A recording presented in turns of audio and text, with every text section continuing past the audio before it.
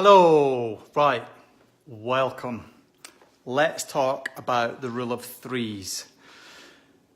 Now, this is one of these subjects, I'm just going to put some lights on, that drives me absolutely up the wall. There is so much information that is out there that is incorrect, that is dangerous, that people just say as something to say almost. And it drives me insane when people do it. So I'm going to put this to rest, and we're going to go through this, and I'm going to talk you through the rule of threes and why it's important, and put to bed some of the shit that's there.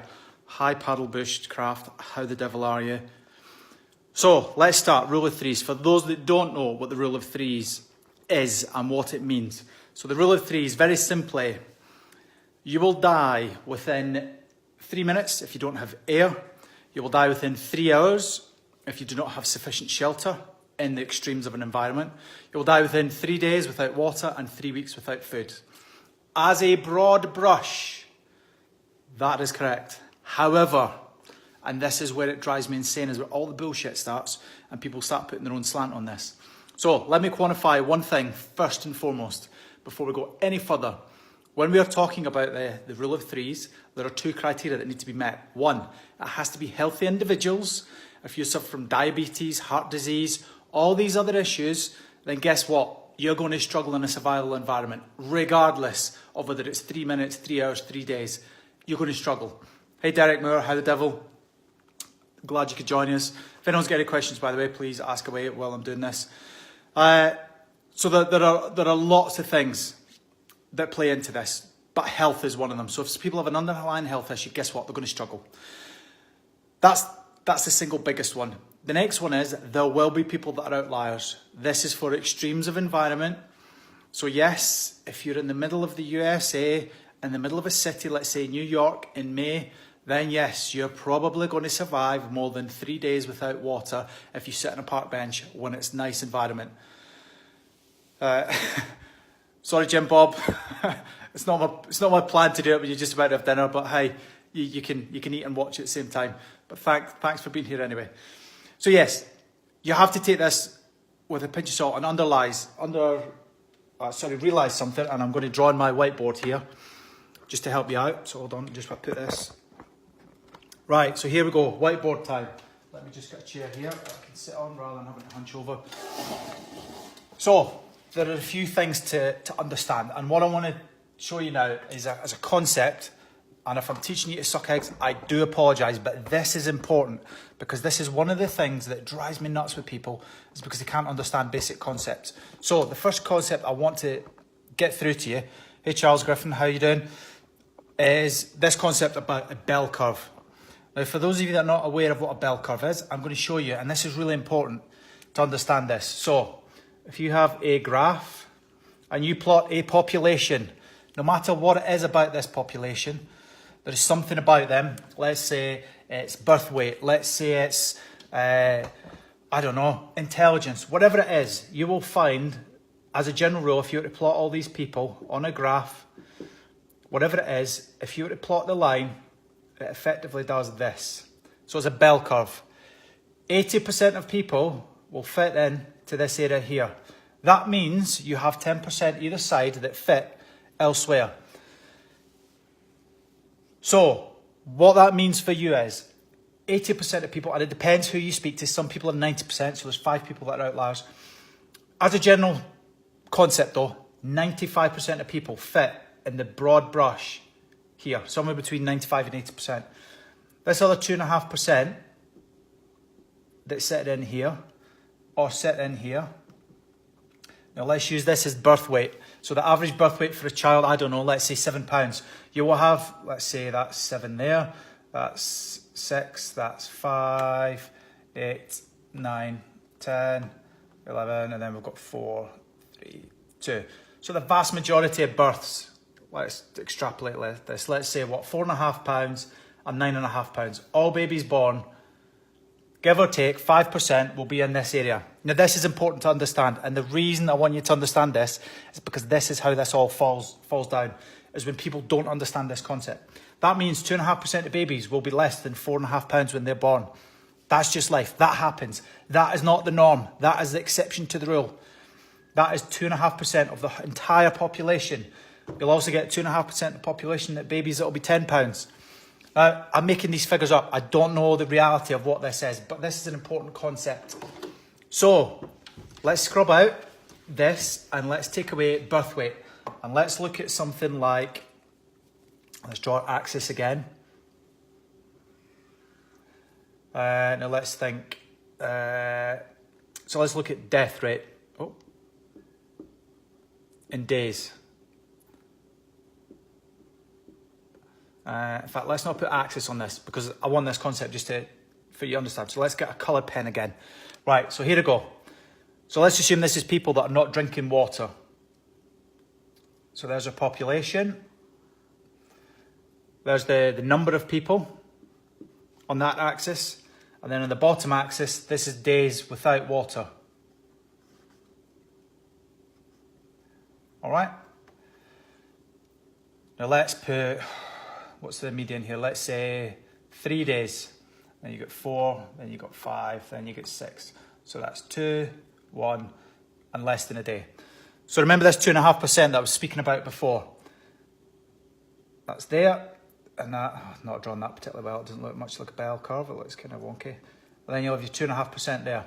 So this means 95% of people, if they're in a survival situation, they will last, on average, somewhere between 2 and 5 days. Now, again, I'm making these figures up. I don't know what the actual figures are. Hey, Andrew Kapinski. Thank you for joining us. If you get any questions, please fire them in the comments.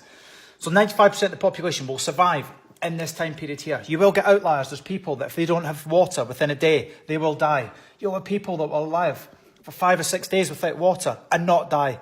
Or it will take them 5 or 6 days to die. So understand the concept of this bell curve. 95% of a population will fall in the middle here. That's just the reality of how it is. So hopefully you get that concept. Does that make sense to everyone with what I'm saying there? Hey, Ronnie Strickland, how you doing? Is that making sense to people? Does that correlate and kind of help you understand a little bit what I mean by that with that bell curve and why it's so important to understand that? Hopefully that's resonating. Right. So let's take this the next step then. So let's look at the 3 minutes without air. That's an absolute. Most people will not argue with that in the slightest. That people can't live for more than 3 minutes without air. Now again, the devil's in the detail in this. We're not talking about someone going unconscious here without air. We're not talking about someone that's on oxygen beforehand. What we're talking about is your average person. If they're walking along the street, something falls off a roof, knocks them on the head, knocks them unconscious, they swallow their tongue.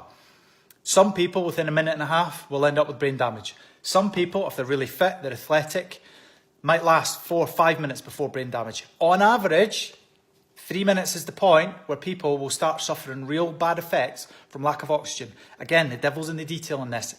It's not an absolute, but the vast majority of the population, come about the 3 minute point, give or take, are going to end up suffering ill effects from lack of oxygen. Now, just to put something slightly different on this here. Now, I was a medic with the ambulance service. Now I'm in the military. I'm a military medic. I volunteered with the ambulance service for 5 years as a medic. And there's a thing that they call the chain of survival if someone has a cardiac arrest. Glad that makes sense to you, Charles. I'm glad someone's getting this and I'm not just ranting. So it's called the chain of survival. So if someone has a cardiac arrest, which is different from a heart attack, cardiac arrest, their heart has stopped. So in effect, they are now dead unless someone intervenes.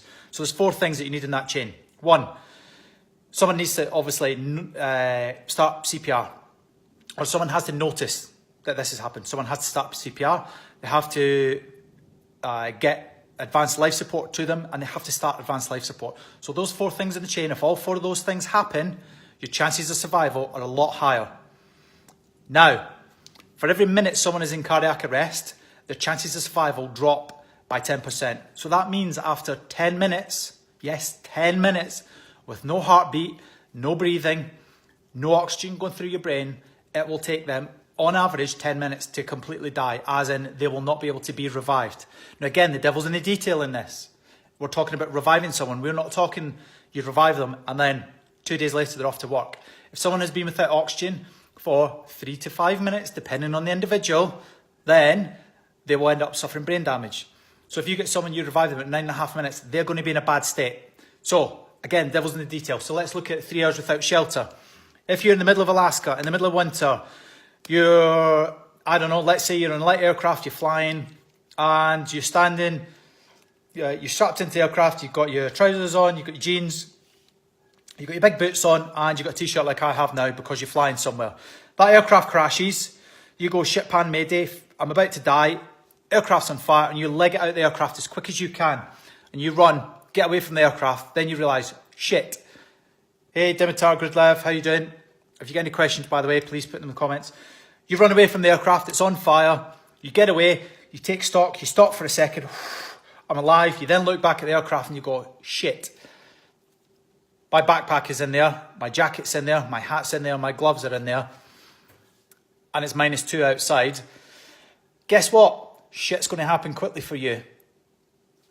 All well and good having all these survival tools, equipment, clothing, but if you end up in the middle of nowhere, through no fault of your own at this juncture, and you end up in the wilderness and it's -4, -2, whatever, and you have not got sufficient clothing and you have not dressed to survive, you will die.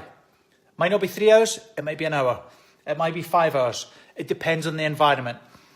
Where I'm from in the UK, the North Sea, which is the sea that's between the east coast of the UK and Scandinavia, on average, someone has about 10 minutes of usable consciousness when the sea is at its coldest there. Now, that does not mean to say they die within 10 minutes. It means they have 10 minutes of usable consciousness. So at that point, they'll become uncoordinated. They won't be able to swim. They'll start swallowing water. You get the point. Very quickly, they're going to be DED, dead. They're not going to last 3 hours. So it's situation dependent. But as an average rule, 3 hours is what you will survive in an environment because it's easy for people to understand and keep in the back of their head the rule of threes. Right, we've done that one. That one should make sense to everybody. That should make perfect sense. Next one. So 3 days without water. This is the one that drives me up the wall. Not the worst one. Wait till we get to food. You're going to see a rant come with that one. So 3 days without water. Again, we'll go back to this bell curve. 95% of the population will survive on average 3 days without water. It might be 2.5 days for some, it might be 3.5 for others. You will have your outliers. You will have people that are ill. For example, diabetics, people that are elderly, children. If you have a newborn baby, they need milk and they need it pretty quick. If you have in your plane crash, you crash in the Alaskan wilderness and nobody else is around, you have shelter, but you don't have water, guess what? A newborn baby's probably not going to last long because they need milk, they need water, they need fluid in them. Again, someone that's old, someone that's injured. That's a real big one for any survival situation is injury. Injury makes everything a lot worse. So your 3 days without water might be relevant, but the chances are it might not be, depending on your situation and your environment. Shock is another one. So take that with a pinch of salt. It is not an absolute. Hey, David McConnell, how you doing? Good to see you. If you've got any questions, please put them in the comments. I'm just talking about 3 days without water now. You missed the first two parts. So with water, again, now one thing I always teach my students from a military survival point of view is you never ration water, always ration sweat. By that I mean, desert survival is a really good environment for this. When I did the desert survival and also when I teach students about desert survival, never ever move during the daytime unless you absolutely have to. Do all your movement at night, do all your digging at night, do all your concealment, do everything you have to do at night when it's a good 20, 30 degrees cooler. Don't do it in the midday sun because guess what? You're going to sweat a hell of a lot more than if you just sit, literally do nothing. And that's what desert survival's about during the day, is literally sit and do nothing. Star shape, snow angel, sit there, do nothing. Don't talk, ration your sweat, not your water. So again, that 3 days in a desert environment, if you're working really hard, you might not last your 3 days. That makes sense. Much the same if you're in somewhere like the rainforest, where it is 95% humidity, having been there, it is shit. You sweat a lot and you keep sweating. So, situation dependent. Now, my favourite bugbear. This is the one that drives me insane with people. When they say, oh, the first thing you need to look at is food. Absolute bullshit. Food is way down the list on things. How many times have you went to bed, the last thing you ate was at 6 o'clock at night, you got up out of bed, you mosey on, you have a shower, it's maybe the weekend, and 9 o'clock, you put the kettle on and then you decide to eat something. You have went 15 hours without food. You're not going to die after a day. You're not going to die after a week. You're not going to die after 2 weeks or even 3 weeks without food. Yes, if you have an underlying illness, you're diabetic, you're young or you're elderly, then your chances are a lot less. However, for the average healthy adult, remember that bell curve that I spoke about? 95% of the population will survive without food. And the reason being, I want to show you something. And again, here we go back to my whiteboard. I want to get this concept into your head because this is really important to understand. Hey, Steve Kelly, how you doing? Oh, you'll love this. Straight out GSP 911 this. So, the one thing I want to talk to you. So, again, let's do a graph here. Oh, try not to throw the pens down. Hold on. So, we have our graph. And I'm going to plot two things on this. The first one is going to be sugar, which is glucose. The second one I'm going to plot is insulin. Now this does not just apply to diabetics. This applies to everybody that eats food. So that includes you. Now, this point here, I want you to imagine, this is when you eat a huge donut. So, your sugar levels, let's get the blue pen. Your blood sugar levels, fairly normal. You eat your donut, guess what happens to your blood sugar levels? They go up, okay? Your insulin levels at this point are probably down here. Now this sugar has started to accelerate. You've started to eat. Hey Kevin Wolf, how you doing? If anybody's got any questions, put them in the comments please, and I'll get round to answering them. So your sugar, you get a massive sugar spike. Now, for those that drink alcohol, how many times have you went out to a bar? Your friends are there, they've been there for 2 hours, and you play catch up. It's never catch up you play, is it? It's catch up, accelerate, and then pass. This is exactly what happens with insulin. So your sugar spikes up to here. Your insulin goes, uh-oh, something's not right here. Uh-oh, uh-oh, uh-oh, uh-oh, uh-oh. I need to compensate this, and it shoots past. At this point, your sugar is under control. It starts to come down. It gets to a manageable level, and it stays there. What happens to insulin? Shit. I now think back to your alcohol when you're in the bar. I'm not just playing catch up. I've caught up. I'm now overtaking. Shit. I've had too much now. Oh, the pen's giving up the ghost. I now need to come down. So what happens is your insulin level comes down. It accelerates. It goes past. Well, I've done that at the wrong point. You come along here. Your sugar levels are still there. It's not dropping fast enough. So what ends up happening? Your insulin drops. And you end up going down there, past it. Now this is an important concept to get your head around. And the reason being this is what drives your need to eat sugar. This is what drives your need for glucose in the body. Insulin is what makes people fat. It is not sugar. It is not fat. Eating fat does not make you fat. Eating sugar and carbohydrates is what makes you fat. Because what ends up happening, your sugar level goes up. The insulin then is dumped into your body by the pancreas. It then overtakes. This sugar is then converted into fat, which you store normally for guys around the middle. For women, it tends to be in the thighs. Because you've eaten so much sugar, it's spiked. Your sugar level starts to come down. Your body then realizes that the sugar level is coming down. The insulin drops. It then shoots below. And what you end up with, if I rub this out, with your sugar and your insulin levels, and I guarantee some of you, about now or today, if your sugar levels, they have went like this throughout the day. And if we take a third colour into the mix here, this is your energy levels on green. So you'll sort of go like this. Your energy levels will be all over the place. And normally, around about 2, 3 o'clock in the afternoon, guess what happens? You have an almighty crash. You feel like shit. You're tired. You've got no energy. Guess what's just happened? After your lunch, you have eaten a lot of carbohydrate. Your body then does the old overtake with the insulin. It dumps it. You end up with your sugar levels dropping dramatically. You end up hypoglycemic and you drop. Now, why this is important, and I want you to get this into your head and understand this. Insulin is what drives fat. Fat gets stored around your middle on guys, on thighs and women. The reason you store fat is not for shits and giggles. It's not because your body's mean to you. It's not so you don't like being in a swimsuit. This is a survival mechanism. You go back 200 years ago, people didn't have supermarkets. People couldn't have things like refined sugar. They didn't have fruit. You couldn't buy a banana in the middle of December.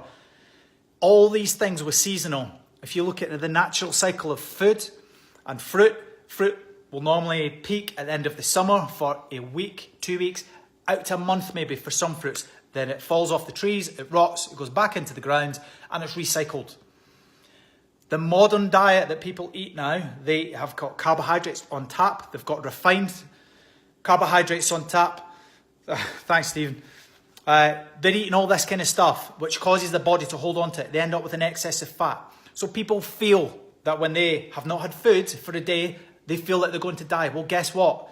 Much the same as a heroin addict, they come off heroin. What happens? They go cold turkey. They feel like shit. What goes up must come down. This is exactly what happens when you eat excess amount of carbohydrates. When you stop eating those carbohydrates, what ends up happening is your body goes through an adjustment period. There is no longer carbohydrates to use as fuel. So your body then has to think, what do I do?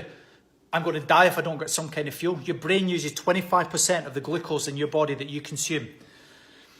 When you then have no glucose in your body, there are two things your body can do to get glucose. Now, one thing I want to get across to you, and I want you to really understand this and put this into your head and really, really remember this. There is zero biological processes in your body whereby you have to consume sugar. I want you to just think about that. There are zero biological processes in your body where you have to consume sugar. I will explain now. There are two mechanisms that your body can utilize to get glucose because it needs glucose for the brain. From protein or from fat. Neoglucogenesis is when your body will use protein, it will break it down and it will get sugar from that to provide glucose, which is a sugar your body uses to burn for energy. It will use that. Neoglucogenesis. If you want more information on this, please Google it. There's a lot out there. Basically, it breaks down the protein into its constituent parts. Hey, Richard Parent, how you doing? If you have any questions, please put them in the comments. So your body will break this down. When your body breaks that down, you now have energy. There is a second mechanism. It is called ketosis. So your body will break down fat. Remember this fat that I said is stored around your middle? This is your body's survival mechanism. Fruit ends up becoming ripe in the summer. There's a reason for that. Food is plentiful in the summer. There's a reason for that. This is evolution and nature's way. At the end of the summer, people, I'm going back 200-300 years ago when they didn't have supermarkets, they couldn't get bananas in December, they didn't have refined carbohydrates, they couldn't get sugar on tap. People would gorge on this fruit at the end of the summer. Remember what I was saying about glucose? Hey, Michael Duplessis, how are you doing? Cool name. If you get any comments, put them in the, if you get any questions, put them in the comments. So people would gorge on this fruit at the end of the summer. They would have a massive calorie excess. Their body would have the insulin, it would spike, it would store that excess sugar as fat. Guess what this fat was used for? This was used in the winter when there was snow on the ground, where there wasn't as much food, where it wasn't as abundant. And guess what it used that fat for? It would use it in ketosis. Now, ketosis will produce something called ketones. Now, ketones, I want you to think of them as superheroes. They basically course around your veins and they're like little motivational speakers. They're like thousands of little Tony Robbins with a cape on. And what they do is they will course through your veins. They will give you energy. They will also provide you a lot of alertness. If you end up on a ketogenic diet, which a lot of people follow and I follow on and off, what you will find is you will end up with ketones coursing through your body. You will find out that you're a lot sharper. You don't have the brain fog. You've got an excess of energy that you didn't realize you had. Guess what? Mother Nature's a genius. Mother Nature realizes this. Your brain can function extremely well on ketones.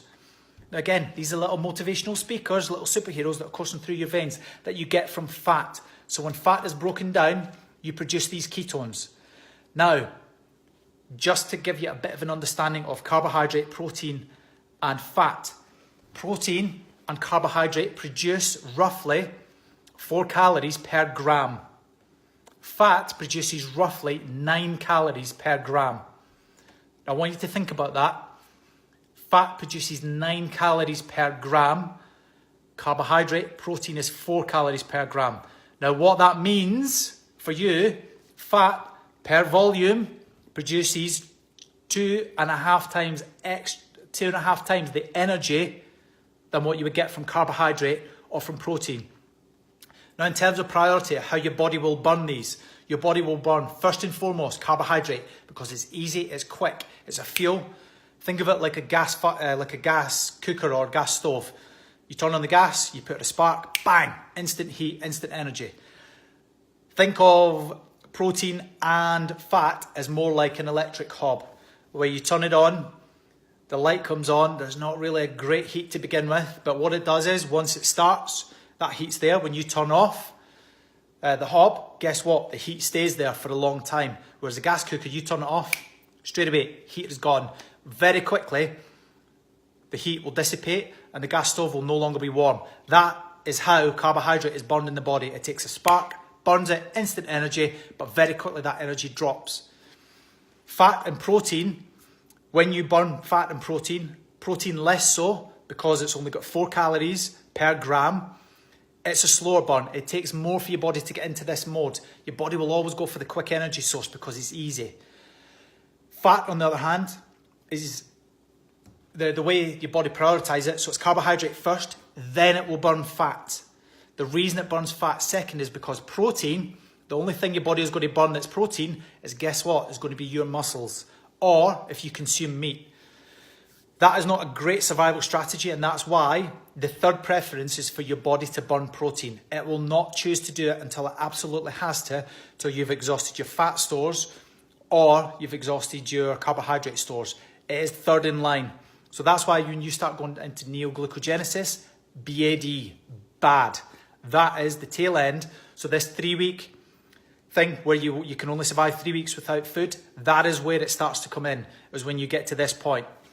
I'll come back to that as well. There's another factor within this. So your body will try and burn fat. It can burn this fat for ages. So 1 pound of fat is approximately 8,000 calories. Most people, even if you're down to something like 10% body fat, which means for a guy, you will have a 6-pack. If you weigh 200 pounds and you're an athlete with a lot of muscle and you've got 10% body fat, guess what that means? You have 20 pounds. 20 pounds of fat. Multiply that by 8,000, you now get what I'm saying with this, you now have 160,000 calories of energy that you can use to burn. The average male needs 2,500 calories per day. You divide your 160,000 by your 2,500. I don't know the figures, but that is roughly where you're going to get your 3 weeks from. Now that is someone who is an athlete that's 10% body fat that has a clearly defined 6-pack. You look at your average male in the Western world, whether that is in the USA, whether that's the UK, France, Germany, most men are carrying an excess of fat and they're sitting somewhere between 20 and 30% of body fat. You can now see how much energy someone that has an excess of fat, how much they have and how long they can survive. You're talking 60 to 90 days worth of calories.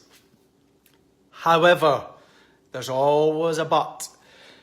If you're not consuming fat, things like vitamins, minerals, if you're not consuming food, vitamins and minerals are not being consumed as well, which means your body, which needs these for biological processes, it has a deficit of these.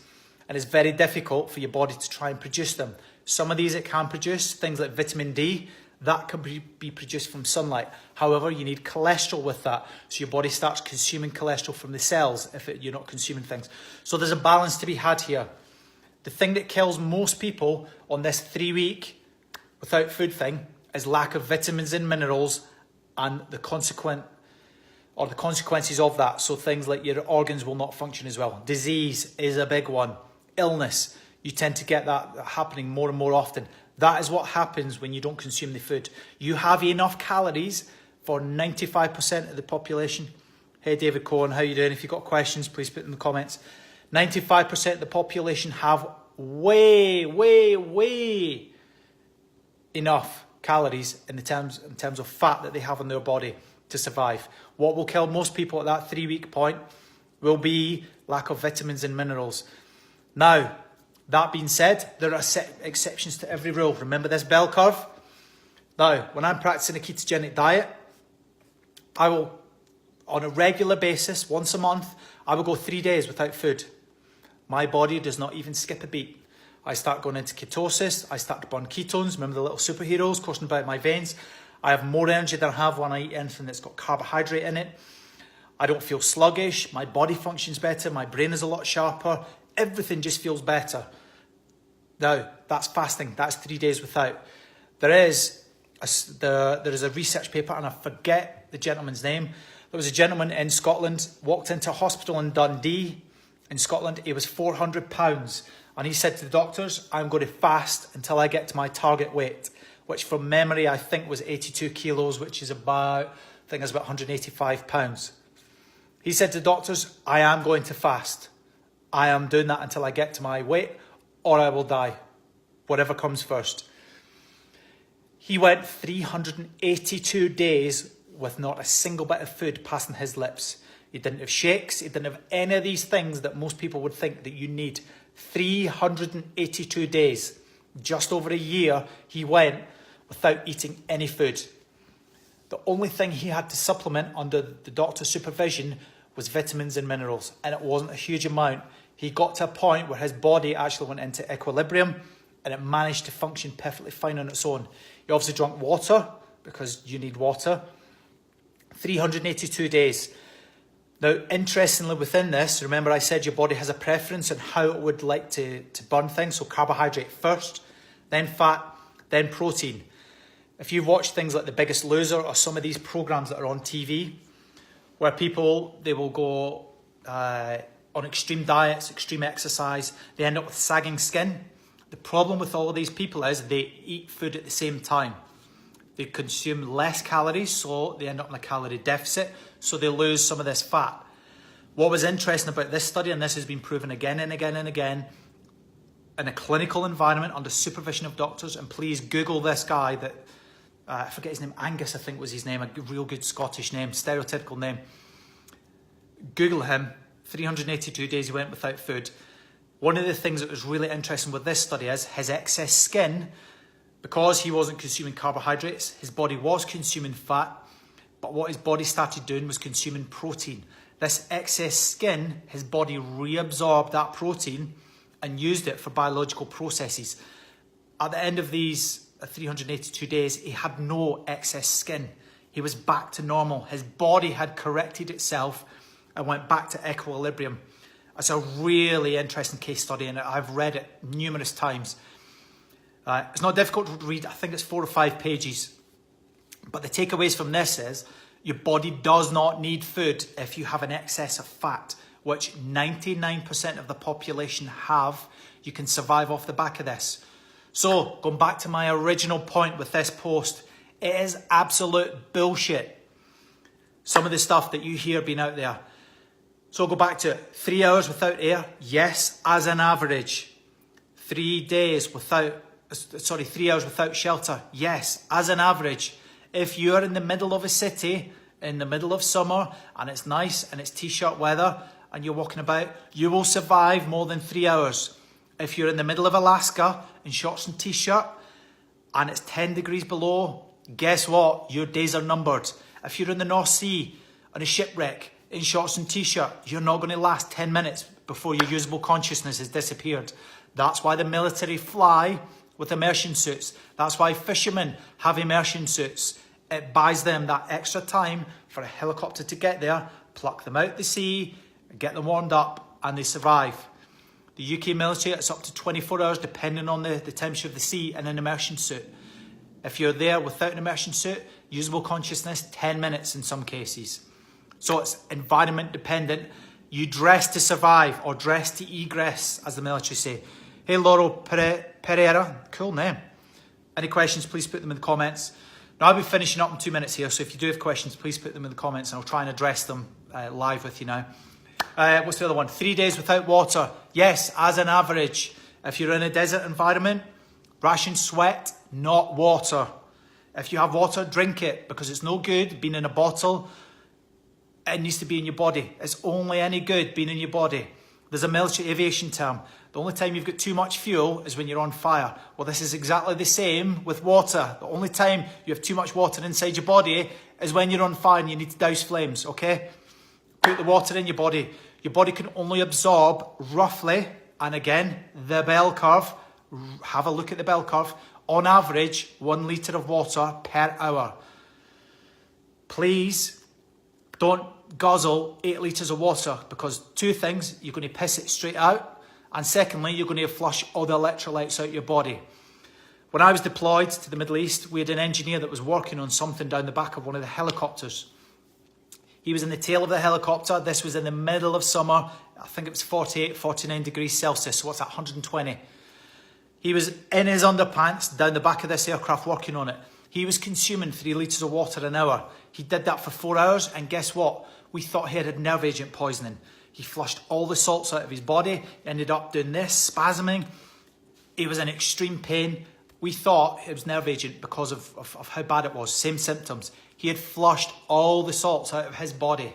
You do not need as much water as you think you do. And yes, it's all great and well saying pee clear once a day. When you're peeing clear, that is a massive excess of water. There's a balance to be had. When I deployed to the Middle East, I was in the back of a helicopter. I had a helmet on, I had gloves on. The only part of my face, my body, skin that was exposed was here. Only this part of my body. I consumed 4 litres of fluid plus my normal fluid intake. So 6 litres in a day, a 24-hour period, 6 litres. Now, I didn't quite pee clear. I was peeing a kind of sort of off-white straw colour. That was more than sufficient. I never have headaches. My performance never was affected. Whoa, that's a cool nail. Dinosaurio. Love that. Sounds like a cool dinosaur. Dinosaurio. Hey there, dude. If you've got any questions, please put them in the comments, because I'm finishing up now. So you don't need as much fluid as you think. There are some people that every day they will consume at least 2 litres of fluid. In the main, if you work in an office, you're not outside, you're not particularly active, that is generally too much fluid. This thing about you have to consume 8 cups or 2 litres of fluid a day, that was generated by mineral water companies. There's a little bit that's missed off the end of that sentence every single time. It says you need in general 2 litres of fluid per day, or 8 cups. However, and this is the bit that's always missed, the vast majority of this fluid intake you can get from food. Again, this is as an average. You will have those either side of this bell curve that need more or less. That's just populations for you. But on average, you need to have in your body 2 litres of fluid a day, or 8 cups. The majority of this you will get from food. If you work outside, or you're a fitness instructor, or you're doing marathons, yes, you need more. That makes common sense. And finally, last one, food. You do not need to eat food within a day or two of a survival situation. I promise you, you might feel like shit. You will not die if you're a healthy individual. If you're diabetic, you're young, or you're old, or you have an underlying health issue, guess what? Your days may be numbered. But for the average healthy person, you do not need you do not need food within a day or two of being in a survival situation. Stephen Kelly, who's there, he's a fellow survival instructor. He will tell you exactly the same. Steve, please pipe in if I'm saying something that's bullshit. It is not the case that you need food very quickly. Food is way down your list of priorities. In the UK military, we teach protection. You need out of the elements first and foremost. Location, you need someone to be able to find you. Then water, and then food. Food is way down the list. So, hopefully, I have put that to bed. It is bullshit that you need water within 24 hours as a general rule for the general population. You do not need food within a couple of days. You can survive weeks without food. Air, yes, that's a given. You need air to survive more than 3 or 4 minutes. Good, I'm glad you backed me up there, right? I was panicking for a second. And 3 hours without shelter, that is situation dependent. If you dress to survive, dress to egress, as the American military likes to say, you will be fine. You can survive in a hostile environment if you have the right equipment. So please, I hope you enjoyed that. If anybody has any questions, please fire them up now, because I'm about to just say goodbye, because I'm just about to have my lunch. Please, when you do see these things, understand that sometimes it's things that people are saying because it's easy to understand. It's a soundbite. The rule of threes works well. It works for an average. There are things that are out there that's dangerous, that are absolute nonsense. And one thing I would say, Bear Grylls, please don't listen to anything that man says. He is selling things on TV. Take with a pinch of salt some of the things you see. If it seems too extreme, the chances are it probably was too extreme. Do your research, speak to people that actually understand this.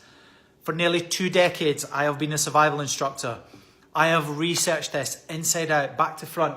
And one thing I want to tell anyone, if you want to get a book that will help you understand this, please. Now, this is an old copy I've got. I've had this 12, 13 years now.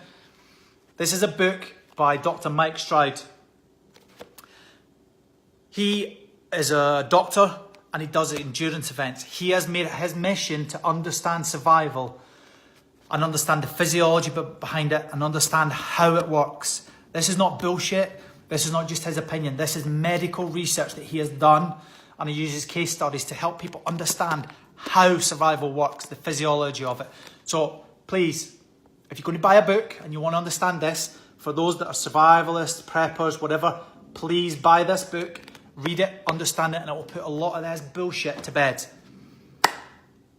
That is all. I'm now going to cook my lunch and have my shake after the gym. Hopefully you got something from this. Hopefully you've learned something. And I'll put a few links in the comments for some of the material that I use, for example, for that book. There's also one that the British military use, GSP 911, which is their Survive, Evade, Resist, Extract Survival Bible. Unfortunately, you will not be able to get hold of copies of that, but the US military does something very similar. Have a look. Google is your friend, Amazon is your friend, and research. Do not take things as gospel until you've done some amount of research and you've got something from experts. That's it. This was going to be 10 minutes. I think I've been going for about half an hour now. So hope you enjoyed it. Adios. Put some comments for me and I'll try and reply to them soon. Bye.